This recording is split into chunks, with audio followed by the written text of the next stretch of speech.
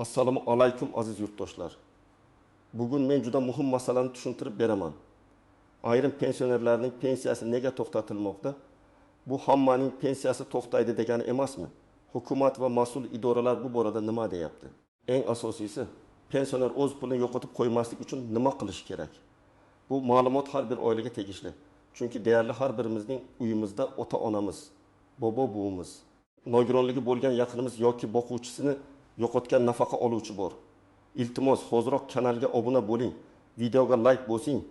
Chunki bunday ogohlantirishlar ko'p odamni sarson bo'lishdan saqlab qoladi. Avvalo, men eng muhim gapni aniq aytaman. Pensiya to'xtatilishi degani barcha pensionerlarga pensiya berilmaydi degani emas. Bu odatda ayrim holatlarda, ya'ni hujjatda muammo bo'lsa, shaxsning holati tasdiqlanmasa, pensiya olish shartlari o'zgarsa yoki ma'lumotlar bazasida nomuvofiqlik paydo bo'lsa yuz beradi. Odamlar orasida hammaning pensiyasi to'xtar ekan, endi bank kartaga pul tushmaydi ekan. Hukumat pensiyani bekor qildi degan gaplar tarqaladi. Men ekspert sifatida aytaman. Bunday gaplarni eshitganda vahimaga tushmasdan sababini tekshirish kerak. Oldin qanday edi? Avvallari ko'p jarayonlar qog'oz hujjatlar, mahalla ma'lumotnomalari, pasport nusxalari va alohida arizalar orqali yuritilardi. Pensioner har safar biror o'zgarish bo'lsa, o'zi borib xabar berishi, hujjat topshirishi kerak edi. Masalan, yashash manzili o'zgarsa, nogironlik guruhi qayta ko'rikdan o'tsa, chet elga uzoq muddatga chiqib ketsa yoki bank hisob varag'ida muammo bo'lsa, bu ma'lumot vaqtida yetib bormasligi mumkin edi. Hozir esa ko'plab ma'lumotlar elektron bazalar orqali tekshiriladi. Fuqarolik holati, yashash manzili, pasport yoki ID karta ma'lumotlari, nogironlik to'g'risidagi xulosa ish staji, ish haqi ma'lumotlari, bank hisob varaqlari. Hatto ayrim hollarda vafot etganlik yozuvlari ham elektron tizimlarda aks etadi. Bu yaxshi tomoni bilan adolatni kuchaytiradi. Ortiqcha to'lovlar, noto'g'ri tayinlangan pensiyalar. Bir odam nomiga ikki joydan pul olish kabi holatlar kamayadi. Lekin yomon tomoni shuki, ba'zidagi kichik xato ham pensionerni ovora qilishi mumkin. Ism familiyada bitta harf xato bo'lsa, tug'ilgan sana noto'g'ri kiritilgan bo'lsa, yashash joyi yangilanmagan bo'lsa, tizim tekshirish kerak deb pensiya to'lovini vaqtincha to'xtatishi mumkin. Shu sababli masalani tinch va huquqiy tartibda hal qilish kerak. Pensiya to'xtagan bo'lsa, bu har doim ham pul kuydi degani emas. Agar pensionerning huquqi saqlanib qolgan bo'lsa, hujjatlar to'g'rilangandan keyin to'lanmagan oylar ham qayta hisoblanib berilishi mumkin. Lekin buning uchun vaqtida murojaat qilish juda muhim. Agar siz pensiya yoshiga yetib, qonuniy tartibda pensiya tayinlatgan bo'lsangiz, har oy bank kartangizga yoki belgilangan to'lov usuli orqali pul olayotgan bo'lsangiz, hujjatlaringiz joyida bo'lsa, nogironlik bo'yicha qayta ko'rik muddati o'tmagan bo'lsa, yashash manzilingiz to'g'ri bo'lsa, siz vahima qilishingiz shart emas. Sizga pensiya to'lanishi davom etadi. Masalan, Toshkent viloyatida yashovchi olib tekis yoshli otaxon 2016 yildan beri yoshga doir pensiya oladi. ID kartasi yangilangan, bank kartasi faol, yashash manzili ro'yxatda bor. Vafot etganlik yoki chet elda doimiy yashash bo'yicha noto'g'ri yozuv yo'q. Bunday holatda uning pensiyasi hech qanday asossiz to'xtatilmaydi. Agar bir oy pul kechiksa ham, bu bank texnik xatosi, bayram kunlari, hisob-kitob kuni yoki karta muddati tugagani bilan bog'liq bo'lishi mumkin. Yana bir misol, 7 yoshli onaxon pensiyasini har oy kartadan oladi. Kartasining amal qilish muddati tugab qolgan. Lekin pensiya fondida pensiyasi bekor qilinmagan. U bankka borib yangi karta ochadi yoki hisob raqamini yangilaydi. Bu yerda pensiya huquqi yo'qolmaydi. Faqat pulni olish kanali bilan bog'liq muammo bo'ladi. Endi men kimlar ehtiyot bo'lishi kerakligini batafsil aytaman. Birinchi guruh, nogironlik pensiyasi yoki nogironlik nafaqasi oluvchilar. Agar nogironlik guruhi ma'lum muddatga berilgan bo'lsa, qayta tibbiy ko'rikdan o'tish muddati tugaganda to'lov to'xtashi mumkin. Chunki tizim sizning nogironlik maqomingiz davom etayotganini tasdiqlovchi ma'lumotni kutadi. Agar odam kasal bo'lib ko'rikka bora olmagan bo'lsa yoki hujjatlar kechiktirilgan bo'lsa, pensiya vaqtincha to'xtaydi. Misol uchun, ikki guruh nogironligi bo'lgan fuqaro oyiga 900 ming so'm atrofida to'lov oladi deylik. Uning tibbiy ko'rik muddati 20 kuni tugagan. U esa hali vaqt bor deb yurib, iyul oyida ko'rikka bormagan. Natijada iyul oyida kartaga pul tushmaydi. Bu holatda u avvalo tibbiy ijtimoiy ekspertiza yoki tegishli tibbiy komissiya orqali maqomini yangilashi, keyin pensiya bo'limiga murojaat qilish kerak. Agar huquqi tasdiqlansa, to'xtagan davr uchun qayta hisob-kitob qilinadi. Ikkinchi guruh o'quvchisini yo'qotganlik pensiyasi oluvchilar. Bu pensiya ko'pincha farzandlar, o'quvchilar, talabalarga bog'liq bo'ladi. Agar bola 12 yoshga to'lsa, lekin o'qishni davom ettirayotganini tasdiqlovchi ma'lumot topshirilmasa, to'lov to'xtashi mumkin. Kunduzgi ta'limda o'qiyotgan talaba bo'lsa, odatda ma'lum yoshgacha huquqi saqlanishi mumkin. Ammo o'qishdan chetlatilsa yoki sirtqi ta'limga o'tsa, shartlar o'zgaradi. Masalan, 19 yoshli talaba otasidan o'quvchisini yo'qotganlik pensiyasini oladi. U birinchi kursda kunduzgi ta'limda o'qigan. Keyin shartnoma pulini to'lay olmagani uchun o'qishdan chetlatilgan. Lekin bu haqda xabar bermagan. Elektron tizimda o'qish maqomi yo'qolganda pensiya to'xtatilishi mumkin. Agar u keyin qayta tiklansa, hujjatlarini yangilab topshirish kerak bo'ladi. Uchinchi guruh chet elga uzoq muddatga ketgan pensionerlar. Bu juda nozik masala. O'zbekiston fuqarosi chet elga mehmon bo'lib borsa, davolanishga chiqsa yoki farzandlarini ko'rgani bir necha oyga ketsa, bu avtomatik pensiya bekor bo'ladi degani emas.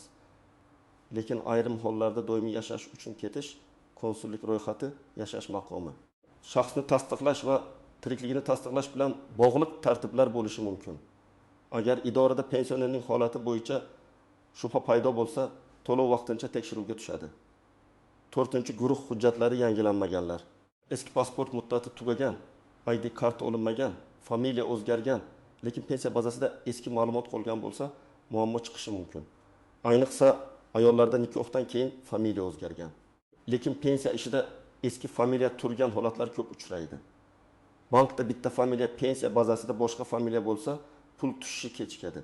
5-guruh vafot etgan shaxs nomiga pul olish holatlari aniqlanganda. Men buni ochiq aytishim kerak. Ayrim oilalarda pensioner vafot etgandan keyin ham kartasidan pul yechib olinadi. Bu qonuniy emas. Vafot etgan kundan keyingi ortiqcha to'lovlar qaytarilishi talab qilinadi. Elektron tizimlar kuchaygani sari bunday holatlar tezroq aniqlanadi. Shuning uchun oila a'zolari vafot holatini yashirishga urinmasligi kerak. Aks holda keyin katta qarzdorlik va huquqiy muammo kelib chiqadi. Pensiya to'xtatilishining asosiy sabablarini oddiy tilda sanab beraman. Birinchisi, pensionerning pensiya olish huquqi tugagan bo'lishi mumkin. Masalan, nogironlik muddati tugagan, talaba o'qishni tugatgan yoki o'quvchisini yo'qotganlik bo'yicha yosh chegarasi kelgan. Ikkinchisi, hujjatlarda nomuvofiqlik bor. Pasport ma'lumoti boshqa, bank hisobi boshqa, pensiya faylida boshqa ma'lumot turadi. Tizim buni xavf sifatida ko'radi. Uchinchisi, pensioner uzoq vaqt pensiyani olmagan bo'lishi mumkin. Ba'zi tartiblarda belgilangan muddat davomida pul olinmasa yoki shaxs tasdiqlanmasa, to'lov vaqtincha to'xtatiladi. Bu pensioner puldan voz kechdi degani emas, balki bu odam haqiqatan ham to'lovni olyaptimi, tirikmi, manzilda bormi degan tekshiruv bo'ladi. 4-si, ortiqcha to'lov aniqlangan. Masalan, odam ishlayotgan bo'lsa va ma'lum turdagi pensiya yoki nafaqaga bu ta'sir qilsa, daromad yashirilgan bo'lsa, oila tarkibi noto'g'ri ko'rsatilgan bo'lsa, tizim qayta hisob-kitob qiladi. Ba'zan oylik pensiya kamayadi. Ba'zan vaqtincha to'xtaydi. Ba'zan ortiqcha to'langan pulni qaytarish masalasi chiqadi. 5-si, bank kartasi yoki hisob raqamidagi muammo. Bu eng ko'p uchraydigan oddiy sabab. Karta muddati tugagan bo'ladi, karta bloklangan bo'ladi. PIN kod ko'p marta noto'g'ri terilgan bo'ladi. Bank ichki tekshiruv qo'ygan bo'ladi. Odam esa pensiyam to'xtadi deb o'ylaydi. Aslida pensiya fondidan pul o'tgan, bankda ushlanib qolgan bo'lishi mumkin. Shuning uchun birinchi tekshiruvni doim bankdan va pensiya bo'limidan parallel qilish kerak. Bunday vaziyatlarda mas'ul idoralar odatda bir narsani ta'kidlaydi. Pensiya va nafaqalar qonunda belgilangan tartibda to'lanadi. Asossiz to'xtatish bo'lmaydi. Lekin huquqni tasdiqlovchi shartlar bajarilishi kerak. Men buni oddiy tilda shunday tushuntiraman. Davlat kimga tegishli bo'lsa oladi. Kimning hujjatda muammo bo'lsa tekshiriladi. Kim ortiqcha olgan bo'lsa qayta hisob qilinadi degan pozitsiyada turadi. Bu bayonotning amaliy ma'nosi shuki, pensionerlar vahima qilmasligi kerak, lekin loqayd ham bo'lmasligi kerak. Chunki davlat bazalari tozalanayotgan paytda eski xatolar yuzaga chiqadi. Masalan, 25 yil oldin qo'lda kiritilgan tug'ilgan sana bitta raqamga adashgan bo'lishi mumkin. O'sha paytda hech kim sezmagan. Lekin bugun elektron tizim boshqa bazalar bilan solishtirganda farqni ko'radi. Shunda odam chaqiriladi, hujjat so'raladi, ba'zan to'lov vaqtincha ushlanadi. Birinchi muhim nuans. Pensiya to'xtatilganini eshitganingiz zahoti mening huquqim yo'q bo'ldi deb o'ylamang. To'xtatish, bekor qilish va qayta hisoblash bir xil narsa emas. To'xtatish vaqtinchalik bo'lishi mumkin. Bekor qilish esa huquq yo'qligi aniqlanganda bo'ladi. Qayta hisoblash esa miqdor o'zgarishi degani. Siz idoradan aynan qaysi qaror qabul qilinganini yozma yoki rasmiy tarzda bilishingiz kerak. Ikkinchi nuans, og'zaki gapga ishonmang. Sizga endi pensiya yo'q ekan. Kompyuter shunday chiqaryapti. Kutib turing degan gaplar yetarli emas. Sizda murojaat qilish huquqi bor. Pensiya bo'limidan sababini so'rang. Agar kerak bo'lsa, ariza yozing, ro'yxatdan o'tkazing, javob muddatini kuting. Rasmiy javob bo'lmasa, keyingi bosqichga shikoyat qilish qiyin bo'ladi. Uchinchi nuans. Oila a'zolari pensioner nomidan ish yuritganda ishonchnoma masalasiga e'tibor bersin. Keksalar ko'pincha idoraga bora olmaydi. Farzandi yoki nevarasi boradi. Lekin ayrim ma'lumotlar faqat pensionerning o'ziga yoki qonuniy vakiliga berilishi mumkin. Shuning uchun notarial ishonchnoma, tibbiy holat bo'lsa, vasiylik hujjatlari, shaxsni tasdiqlovchi hujjatlar tayyor bo'lishi kerak. To'rtinchi nuans, karta boshqa odam qo'lida bo'lishi xavfli. Ko'p oilalarda pensioner kartasini farzandiga berib qo'yadi. Bu oilaviy ishonch masalasi bo'lishi mumkin, lekin amaliyotda muammo tug'diradi. Karta yo'qolsa, pul yechilsa, pensionerning o'zi bilmasa, keyin isbotlash qiyin. Eng yaxshi yo'l, pensioner bank ilovasidan foydalana olmasa ham SMS xabarnoma yo'qilgan bo'lsin, yaqinlari pul tushganini ochib ko'rsatsin, har oy kirim chiqimni tekshirsin. 5-nuans, ortiqcha to'lovni yashirib bo'lmaydi. Agar sizga noto'g'ri ko'p pul tushgan bo'lsa, bu omad deb ishlatib yubormang. Keyin qaytarish talab qilinadi. Masalan, pensionerga oyga 1 million 200 ming so'm tushishi kerak edi. Lekin 2 million 400 ming so'm tushdi. Bu 2 oylik to'lov bo'lishi ham mumkin, xato bo'lishi ham mumkin. Darhol pensiya bo'limi yoki bankdan aniqlashtiring. Chunki ortiqcha to'lov qarzga aylanishi mumkin. Endi eng kerakli qism. Agar pensiyangiz to'xtagan bo'lsa yoki pul tushmasa, nima qilasiz? Men sizga aniq ketma-ketlik beraman. Birinchi qadam, bankni tekshiring. Karta muddati tugamanmi, karta bloklanmaganmi, hisob raqam faolmi? Pul kelib tushib keyin ushlab qo'linmaganmi? Bank ilovasida cheklov yo'qmi? Bank filialiga pasport yoki ID karta bilan boring. Agar pensioner o'zi bora olmasa, ishonchnoma bilan vakil bo'lsin. Bankdan pensiya tushmagan yoki hisobda muammo bor degan ma'lumotni aniqlashtiring. Ikkinchi qadam, pensiya jamg'armasining hududiy bo'limiga murojaat qiling. O'zingiz yashaydigan tuman yoki shahar bo'limiga boring. Yoningizda ID karta yoki pasport, pensiya guvohnomasi bo'lsa, u bank karta rekvizitlari, telefon raqam, agar nogironlik bo'lsa, tibbiy xulosa, boquvchisini yo'qotganlik bo'lsa, o'qish joyidan ma'lumotnoma. Bolalarning tug'ilganlik guvohnomalari, nikoh yoki familiya o'zgarishi hujjatlari bo'lsin. 3-qadam, ariza yozing. Ariza quyidagilar bo'lsin: ism, familiyangiz, tug'ilgan sanangiz, shira raqamingiz, yashash manzilingiz, telefon raqamingiz, qaysi oydan pensiya tushmayotgani, oldin qancha miqdorda olganingiz, bank hisob raqamingiz. Pensiya to'lovi to'xtatilgan bo'lsa, sababini yozma ravishda tushuntirib berishingizni va huquqi mavjud bo'lsa, to'lanmagan oylarni qayta hisoblab berishingizni so'rayman degan mazmun arizani 2 nusxada yozing. Bittasini topshiring, ikkinchisiga qabul qilingan sana va raqam qo'ydiring. 4-qadam, agar nogironlik bilan bog'liq bo'lsa, tibbiy ko'rik muddatini tekshiring. Ko'rikdan o'tish qog'ozini yo'qotgan bo'lsangiz, tibbiy muassasadan qayta oling. Agar kasallik sababli vaqtida bora olmagan bo'lsangiz, buni tasdiqlovchi hujjatlarni ham qo'shing. Shifoxonada yotganlik varaqasi, davolanish ma'lumotnomasi, shifokor xulosasi.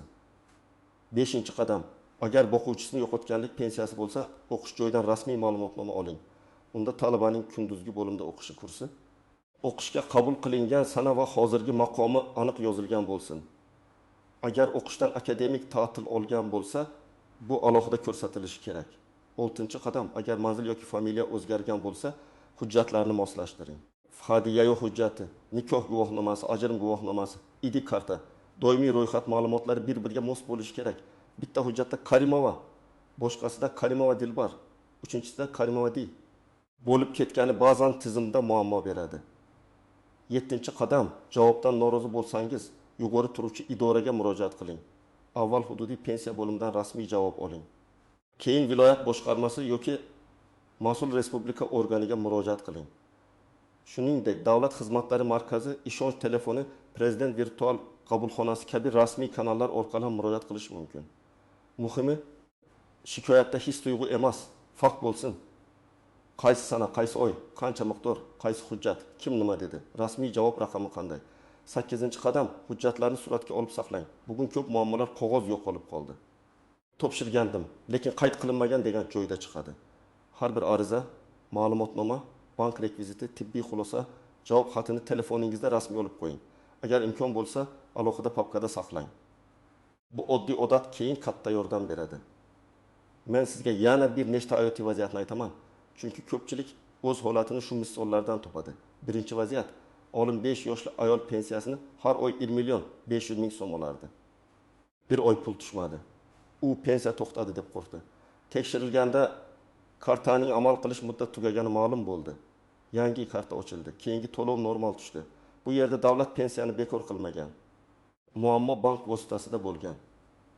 Ikkinchi vaziyat, 20 yoshli talaba o'quvchisini yo'qotganlik pensiyasini olayotgan edi. U kunduzgi ta'limdan sirtqi ta'limga o'tdi. Oila esa baribir o'qiyapti-ku deb o'yladi. Lekin pensiya shartlari kunduzgi ta'limga bog'liq bo'lishi mumkin. Natijada to'lov to'xtadi. Bu holatda hissiyot bilan emas, qonundagi aniq shart bilan qaraladi. Uchinchi vaziyat, nogironligi bo'lgan kishi qayta ko'rikdan kech o'tdi. 2 oy pensiya tushmadi. Keyin hujjatlar yangilandi. Agar komissiya nogironlik davom etishini tasdiqlasa, to'lanmagan davr bo'yicha qayta hisob qilinishi mumkin. Lekin kechikish sabablarini hujjat bilan ko'rsatish kerak. 4-vaziyat. Pensioner Rossiyadagi farzandlari yoniga keksin o'yga ketdi. Kartasiga pul tushib turdi, lekin keyin to'lov ushlanib qoldi. Sababini tekshirganda shaxsni tasdiqlash va yashash holati bo'yicha qo'shimcha aniqlik kerak bo'lgani ma'lum bo'ldi. Bunday holatda konsullik ishonchnoma yoki rasmiy ariza orqali masalani hal qilish kerak bo'lishi mumkin. 5-vaziyat. Pensioner vafot etgan, lekin oila kartadan yana 3 oy pul yechgan. Keyin ortiqcha to'lov aniqlangan. Oila biz bilmagandik dedi, lekin pulni qaytarish majburiyati paydo bo'ldi. Shuning uchun vafot holatida barcha moliyaviy masalalarni qonuniy tartibda yopish kerak. Endi men alohida ogohlantiraman. Birinchidan, ijtimoiy tarmoqlardagi vahimali audio va videolarga darhol ish olmang. Ertadan pensiyalar to'xtaydi. Hamma pulini yechib olsin. Yangi qonun chiqibdi degan gaplar ko'pincha odamlarni qo'rqitish uchun tarqatiladi. Rasmiy manbani tekshiring. Ikkinchidan, men pensiyangizni chiqarib beraman degan vositachilarga pul bermang. Pensiya masalasi rasmiy idora orqali hal qilinadi. Agar huquqingiz bo'lsa, porasiz ham olasiz. Agar huquqingiz bo'lmasa, vositachi ham qonuniy qilib ber olmaydi. Bunday odamlar keksalarning ishonchidan foydalanadi. 3-dan, hujjatni soxtalashtirmang.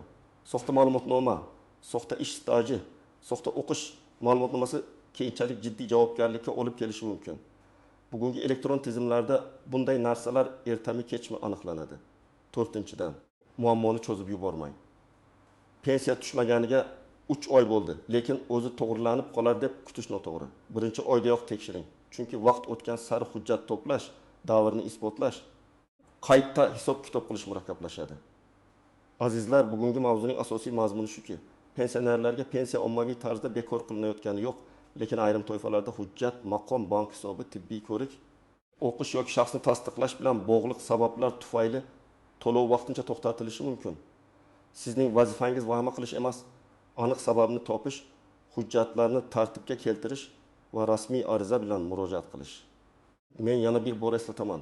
Pensiya to'xtasa, avval bankni tekshiring, keyin pensiya bo'limiga boring, ariza yozing, sababini rasmiy so'rang, kerakli hujjatlarni to'plang. Agar huquqingiz bo'lsa, to'lanmagan oylar masalasi ham ko'rib chiqilishi kerak. Eng muhimi, og'zaki gap bilan cheklanib qolmang. Hamma narsani yozma tartibda qiling. Sizning oilangizda ham pensiya tushmay qolgan holat bo'lganmi? Sababi nima chiqdi? Bank kartami, hujjatmi, nogironlik ko'rigimi yoki boshqa masalami? Izohlarda yozib qoldiring. Boshqa odamlar ham sizning tajribangizdan foyda oladi. Videoga like bosing, kanalga obuna bo'ling va bu ma'lumotni pensioner yaqinlaringizga yuboring. Chunki bir ogohlantirish bir oilani katta sarsonlikdan saqlab qolishi mumkin.